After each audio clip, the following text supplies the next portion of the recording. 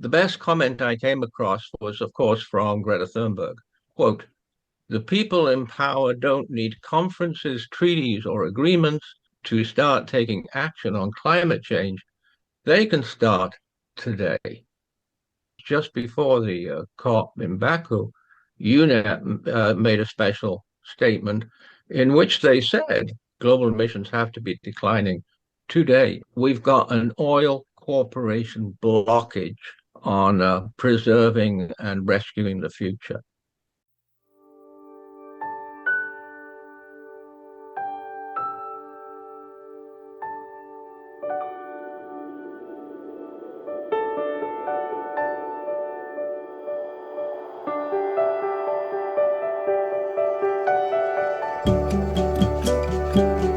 Welcome to a special session of the Climate Emergency Forum, where we will be talking about what happened, at least some of what happened, at the recently concluded COP29 in Baku, Azerbaijan. And we have with us some folks who were actually there, and including myself, who were still recovering from the long journey back, and who will be talking about our personal experiences, as well as a broader perspective on some of the issues and policies that were debated over the 2 weeks there. I'm Herb Simmens. I'm the author of A Climate Vocabulary of the Future and co-founder of the Healthy Planet Action Coalition. I want to introduce our first guest today, Dr. Peter Carter. Peter, you stayed home, but you have maybe a broader perspective, having not been immersed in the day-to-day as we were. So, Peter, let me turn it over to you first. Yeah, thanks, sir. I stayed home, but I was able to pretty well keep up, the media and study all the documents. So to start off with, of course, the big news was that the president of the COPs, by the way, have a considerable amount of power, made this interesting statement that oil and gas was a gift of God. I don't think he was referring to the creator God. I think he was talking to the God of destruction. The president of OPEC a few days later made the same statement. Very interesting. When I got down to reading the final texts, what was achieved, of course, was actually not represented at all. The United Nations said that the developed countries had made a pledge to give a significant amount of money to the developing, most climate vulnerable countries. And then the Secretariat said that there was a commitment. No, no, no, no. They committed to nothing. It's interesting, bear in mind that the whole week and plus the whole week was the developed country parties trying to avoid any payment, which they've been doing for decades. The other point I want to make is that they are absolutely required under the 1992 Climate Convention to make all forms of assistance to the developing countries. That's in the convention. Anyway, so we had this number of $1.3 trillion a year by 2035. But all the text says is that the developed country parties will call on actors. That's all it says. The final statement, by the way, the final statement was a goal. So the introduction was that we have a goal. Well, a goal is meaningless. We know that. The $300 billion a year, that was a goal. We decided to set a goal. There's no commitment there whatsoever. Nothing really has changed. The developed countries will treat the developing countries as expendable. So the other things that interested me was they got through chapter 6. They rushed through chapter 6 in the first day. There was no discussion, no procedure. And the media did catch on to this. So Chapter 6, of course, has been very controversial since it was formed in the Paris Agreement. It's an expanded sort of mitigation, carbon trading, and carbon, I forget the name again. That was rushed through. The indigenous people have been opposing that constantly. So they were sort of railroaded there. My big point would be is that this should have been in the context of the fact that the IPCC has said over and over that emissions have to go into decline 2020 to 2025 at the latest. That's the quote. So we've missed that. Okay. We missed getting emissions into decline by 2020, which was the deadline. We've now missed the 2025. So this really is the big outcome to me of this COP. You know, they argue over every single word. They spent 2 weeks coming to a sort of a confidence trick, if you want, of sounding like big PR. The other thing was very disappointing was that really climate change mitigation wasn't in the COP. There's a working group for mitigation. They ended up with really absolutely nothing. There were proposals again, to phase out coal. Those were gotten rid of by. We were told at the beginning of the COP, you'll remember, that the Arab group, there's 22 members, they would not allow fossil fuel mentions in the COP, unlike COP28, and they were successful. Correct me, I checked all I could. Fossil fuels, this is a word that's not in the outcome of this COP. My final point would be that the success of the COP28, which was agreeing and adopting on the stock take containing the terms of the IPCC, that got looked at by the working group on the stock take, but they dropped the significant words. They dropped the immediate. They dropped the decline by 2030. So everything from this COP was a backward step. Thank you, Peter. Though I'm thanking you for your report, but certainly there's no thanks for the message that you gave.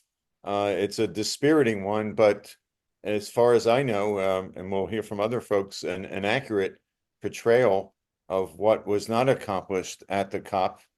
Though I think the expectations are so low these days that it probably wasn't incredibly surprising to people that so little was accomplished. And I think we have to remember that not only did negotiations go on for day after day in Baku without resolution, but on many of these issues, the negotiations had been occurring for months before, and at the Bonn mid-year meeting in the spring or so. In theory, the differences should have been narrowed so that agreements could have been easily reached. But it just shows the intractable nature of this, seemingly intractable nature of the climate problem and the diversity of almost 200 countries with different interests and different capabilities and different economic exposures to fossil fuels and all the rest of it. It makes for an incredibly complex and frustrating sort of situation. I just wanted to give a little background uh, for those who may not been as following it as closely as Peter and some of us. The COP venue rotates every year and is supposed to be in different regions, and this year was supposed to be in Eastern Europe. And Putin basically said he would not allow any EU country in Eastern Europe to host it because there has to be a consensus. So that wiped out almost all the countries. And then there was a choice apparently between Armenia and Azerbaijan, and they were Oh sort of my were God. at it. And finally, Armenia agreed to let Azerbaijan host it, but in return for Azerbaijan releasing 32 political prisoners or whatever. So, I mean, you had literally this sort of back room, except that we know about it. So maybe it's front room negotiations about even who is hosting a COP. And in terms of statistics that I saw, that 65,000 were registered. I don't know how many of us actually showed up there, maybe 50,000 or thereabouts. I saw a spreadsheet somewhere. I didn't count them one by one, but there were 1,334 different media companies that had representatives there. And we spent a lot of time in the media center, and we saw acre after acre of desks filled with people typing away on their computers and filing reports. There were 1,700 fossil fuel executives or so.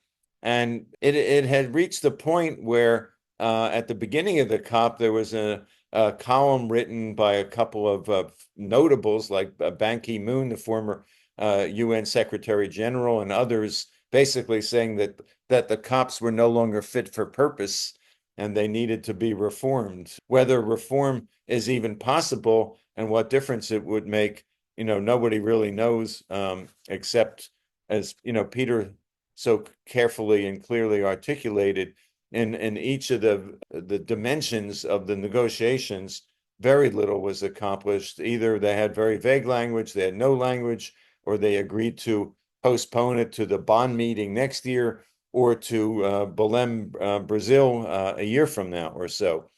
And this, of course, is going on at the same time that temperatures this year, as we've talked about before and today, are at around the 1.5. They're not going down yet month by month. The people were waiting for them to come down after El Nino or so, and it's yet to happen. And yet, being there, I don't know about my colleagues who will speak, but being there at the meeting and walking in the hallways and seeing the monitors, I didn't get any sense. Sometimes you just sort of get a sense that people were saying, this is an emergency. We need to set aside our differences and come together. It didn't seem all that different from, a major trade show for the electronics industry or some other industry. That may be an unfair thing to say, but that was my perception. And with that as a little bit of background, I'm delighted to introduce Charles and Heidi, who are the originators of the Climate Emergency Forum and basically handle everything that makes it happen, but the technical and the scheduling and all the rest of it. And I had a chance to spend some wonderful time with them in Baku, and I'm eager to hear what the two of you, your perspectives are on the 2 weeks you spent there. So, Charles, let me turn it over to you first. Thank you so much, Herb, for your introduction and also your perceptions on what you observed there at the COP. And also the interesting fact that, I didn't know about the thing about Armenia and Azerbaijan and that back and forth thing. That was interesting. So, for Heidi and I mean, attending the COP was an interesting experience. We've been to a number of COPs, and this one was a little bit different than some of the others, and in some respects similar as well. We found that the delegation pavilions were well laid out, featuring a variety of interesting events that fostered engaging discussions. I remember Heidi and I attended a number of these events, and of notable memory for me was the one we took in at the Denmark pavilion. That was quite interesting to watch that one. But we also attended a few in the Canada pavilion as well. And also, I think, the cryosphere. And the cryosphere as well. Yes. The press conferences were located totally at the opposite end of where the delegation pavilions were. The room was well set up, and they had the usual professional media team recording the press conference events, of which we did 3 as Climate Emergency Forum. Besides the press conferences, we tried to do interviews. We actually did 8 interviews, so that's quite something.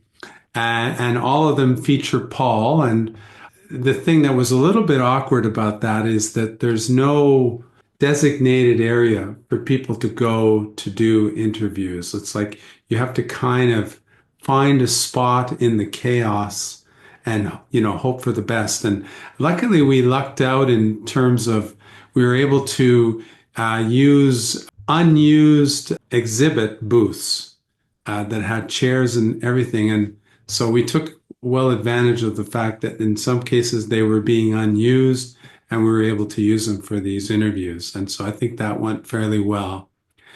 Getting to and from the venue from our accommodation was relatively easy thanks to the efficient metro system and shuttle buses. We were fortunate to find stable, affordable accommodation throughout our stay, although many attendees faced challenges in this regard.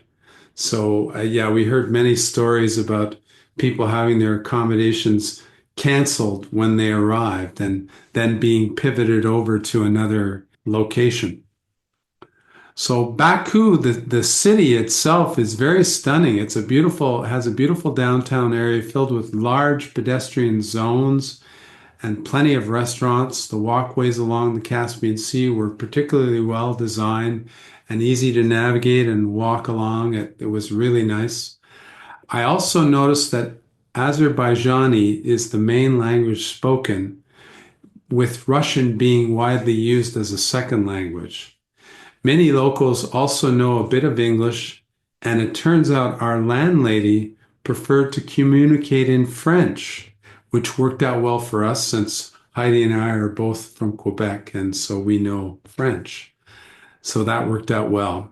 So I think, overall, like in terms of a venue, the COP provided a nice platform to accomplish our goals in terms of the climate emergency forum. But obviously, the actual real goal of the COP is to do the plenary negotiations. So we've heard the news on that. So I'll leave it to that. Heidi, what's your take on it? You've covered a lot of stuff there, but I just want to mention that this COP was different in that there were fewer badges available for NGO delegates, but we were fortunate that we were able to provide badges for 4 members of the Climate Emergency Forum. And also, as far as time slots in the NGO press room, we were sharing time slots with the Facing Future group because we were also providing some support for that group. So they had 3 time slots in the NGO press room, and we had 3 time slots. And I think we took full advantage of those slots. We collaborated with the Center for Climate Repair at Cambridge for 2 of the programs. And the 3rd program, we featured John Liu, who's from Ecosystem Restoration Communities. And that was very interesting. Thanks, Charles and Heidi, for giving us a little bit of inside color and flavor of the event and of the city of Baku, which I also found as an urban planner a delight to spend time in. Broad boulevards, interesting architecture, lots of mixed-use developments, and what appeared to be a very vibrant, vital city. And a place that I don't know if I'd ever even heard of it before a few weeks ago, and now it's sort of etched in my mind. So I'm delighted now to turn it over to Paul Beckwith, who those of you who watch these know Paul's a regular. He's produced well over 1,100 videos on every aspect of climate change, and he was our companion and colleague in Baku. And I understand, Paul, you've attended, perhaps this is your 6th, I believe, COP. So maybe you could give us some comparative perspective of what you experienced and anticipated here in Baku versus your previous encounters with COPs. Yes, thank you, everybody. And like the rest of the attendees of COP, we're all struggling a bit with our sleeping patterns. It was a pleasure for me to be able to interview so many different people, many of whom we all know, we know, or I know from previous COPs. One standout that comes to mind is, of course, Nick Breeze with his incredible journalism work on climate. He's the author of Cop Out, a book that came out earlier this year. And I kept thinking when I was doing things with Nick that, we would all be in his next edition of the book. And I'm hoping he calls it Climate Nutters. So a couple sort of things is the whole UN process and the COPs, they're still talking about 1.5 as if it's a possibility, 1.5 Celsius. And, we've pretty much missed that mark. I think the idea of the COPs still focusing on 1.5, and then talking about overshoot of 1.5, it's kind of detrimental to the whole process and to the whole public perception of these COPs because, people see that this year is going to be 1.55, 1.6 Celsius. And we've been over 1.5 for over a year and a half. So, that target is gone. An interesting thing is I had a CO2 sensor, which also measured temperature and humidity, which I carried around the COP. So I have data for the entire COP. And they were, for some reason in Azerbaijan, they like indoor air temperatures 27, 28 degrees Celsius. Humidity is about 70%. And CO2 levels inside the venue cracked higher than 4,500 parts per million, which is 10 times the present level in Mauna Loa, Hawaii. And we know that there's cognitive decline of people when they're breathing such high levels. So it's no surprise that negotiators are making good decisions and coming up with good negotiations and results if they're, if they're working with indoor CO2 levels very high, which is very ironic. I mean, the CO2 is perhaps derailing the COPs. We need to focus more on indoor air quality. One of the big changes I've noticed in the COPs over the years is the first number of COPs, the idea of carbon dioxide removal and solar radiation management and methane removal were completely ignored, not discussed verbatim. We won't go there. It'll detract from lowering emissions. Here we are a decade after, well, almost a decade after Paris, and greenhouse gas levels are accelerating at ever faster rates, and emissions are at ever record levels. And now a lot of people are seriously looking at ways we can try to scale up carbon dioxide removal, methane removal. If we had techniques to get methane out of the atmosphere, we could cut a third of global warming. It's a very fast response. Also, solar radiation management techniques like sulfur aerosol injections. A new phrase I heard was OCDR, which is ocean removal of carbon dioxide. Lots of talk on nature-based solutions. Those sort of things people are thinking seriously about more and more. And I could almost guarantee you that some of those ideas will become the primary focus of COPs in the not so distant future, because humanity doesn't seem capable of cutting back fossil fuel emissions. Fossil fuel emissions are on the rise more and more. A lot of young people in Western countries that have democracies around the world are not so concerned about climate change. They're concerned with paying their rent. They're concerned with inflation. They're concerned with buying food. The idea of climate change is well down their list of biggest concerns. And these people are collectively moving towards non-incumbent governments. They're moving towards more right-wing governments. We've just seen in the US that this is a case.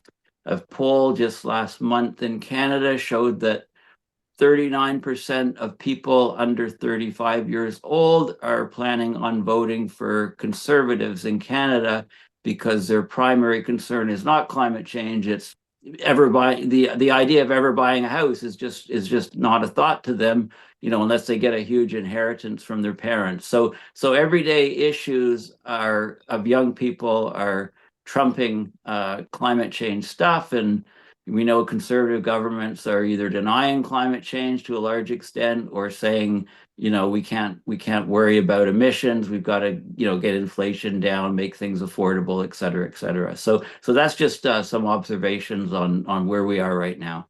Thanks, Paul. You paint a very complex picture of what's going on at the COPs. It struck me being there, the absence of outside of the COP or much even inside the COP of demonstrations of public engagement. I only noticed one guy outside who had a big pole and was supportive of veganism, and was like, I don't know how this one guy was allowed in there and nobody else. If no one else asked to even be in there, was he the only one, or what? Or is he like the nephew of the president?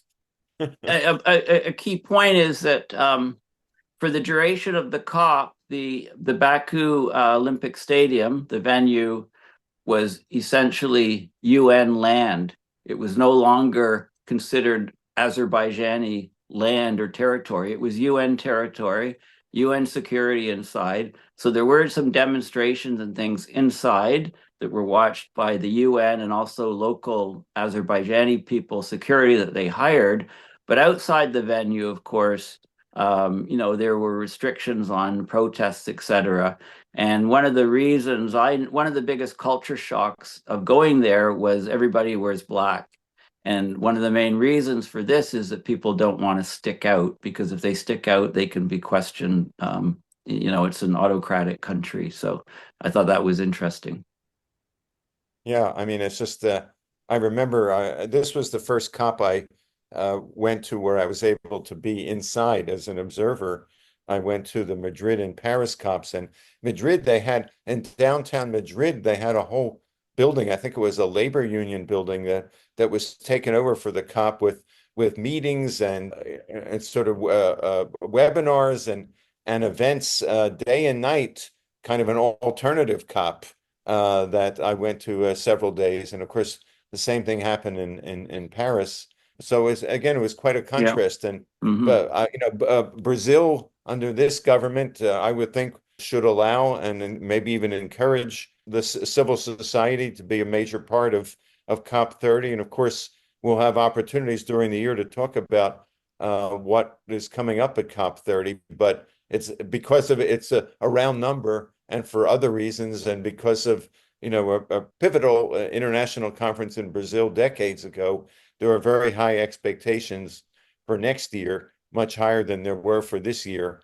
And we don't want to leave COP29 yet to talk about 30, but I think that's what's in the back of people's minds is let's prepare for something that can really move the needle much more significantly than many recent COPs. Yeah, I think the civil society protests and demonstrations, I think, are very important at these COPs, and we've been missing that for this COP and the last previous two.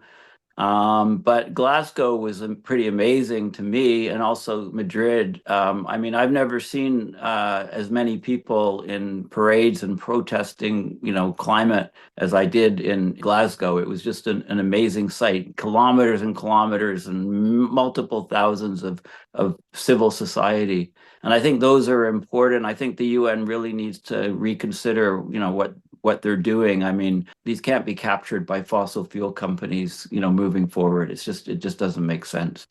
The One of public the looks at this and shakes their head saying, yeah, another climate conference in an oil nation, right? Peter, I know you've got some comments you'd like to make. So, to me, the most significant thing from this COP was a language that was used in the final announcement of at the end of the COP. I'm going to quote it. The new collective quantitative goal on climate finance was agreed after 2 weeks of intensive negotiations and several years of preparatory work in a process that requires all nations to unanimously agree on every word of the agreement. That's why these COPs can never work. They have been set up to fail from day one. And they were set up to fail, of course, by the big economy governments in 1993 that would not allow the consensus of the climate conference to be the same as the consensus of the United Nations General Assembly. So the General Assembly has a simple majority on matters. On matters that they decide are, quote, important, the UN General Assembly has a two-thirds majority. To look after the entire planet and all humanity and all life on Earth, we do not have that. We have a special, unique voting system in which, if any one or two countries say, no, we can't agree with that, it doesn't go forward.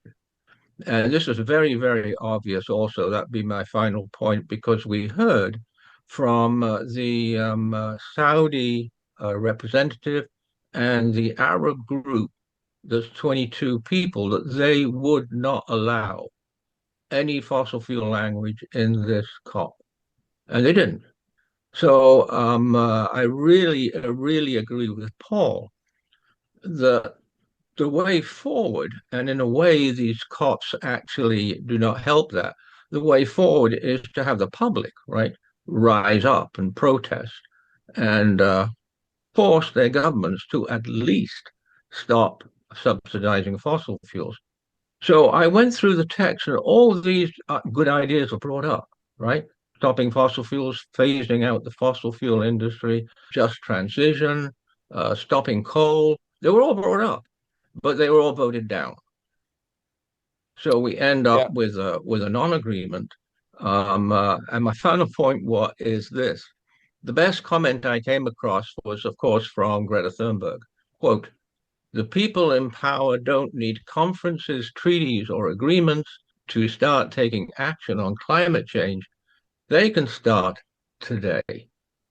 Just before the COP in Baku, UNEP made a special statement in which they said emissions have to global emissions have to be declining today, is what they said. They actually said today. We've got an oil corporation blockage, right, on preserving and rescuing the future. Yes, and that of course that's nothing new, and it's not going away.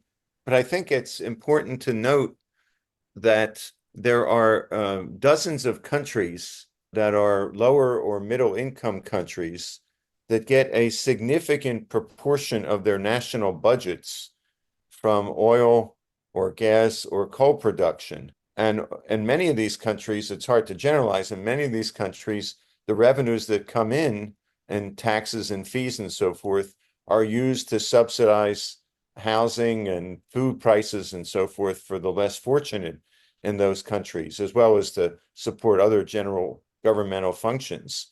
And the challenge, I think, and what I've been not certainly not just me, but waiting for all these decades is some kind of scheme, some kind of international compensation arrangement to make it easier for countries to get off of coal, get off of oil, get off of natural gas without suffering financially.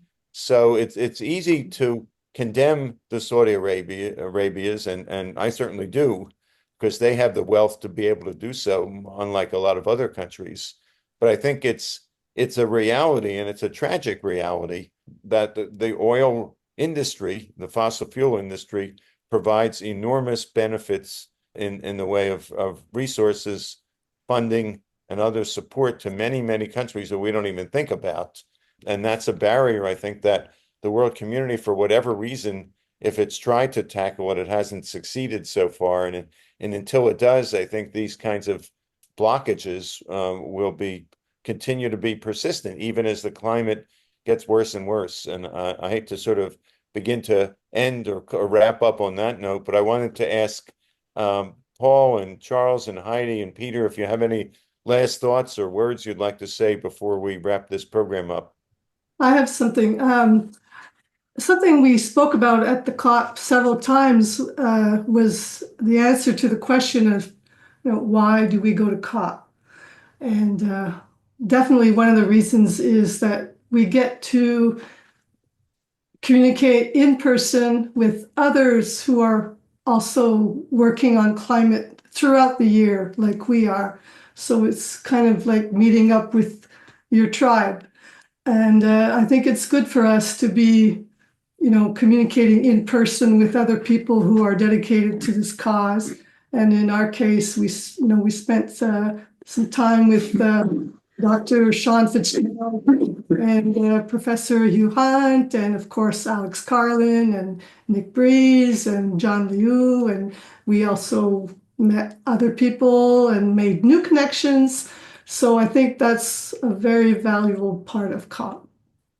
Yeah, and following up on Heidi, we have a whole number of new contacts from the conference that will be appearing through the next number of months on Climate Emergency Forum. And I want to just point out that, yeah, as far as negotiations go, having to agree on every word is just absurd. In fact, I think the negotiations were delayed. The opening didn't start on the first day of the COP because they couldn't agree on the agenda, and they couldn't agree on which country to have the second next COP at. And it always comes down to the last couple of days, right? There's never an agreement, and there's a day or two to go.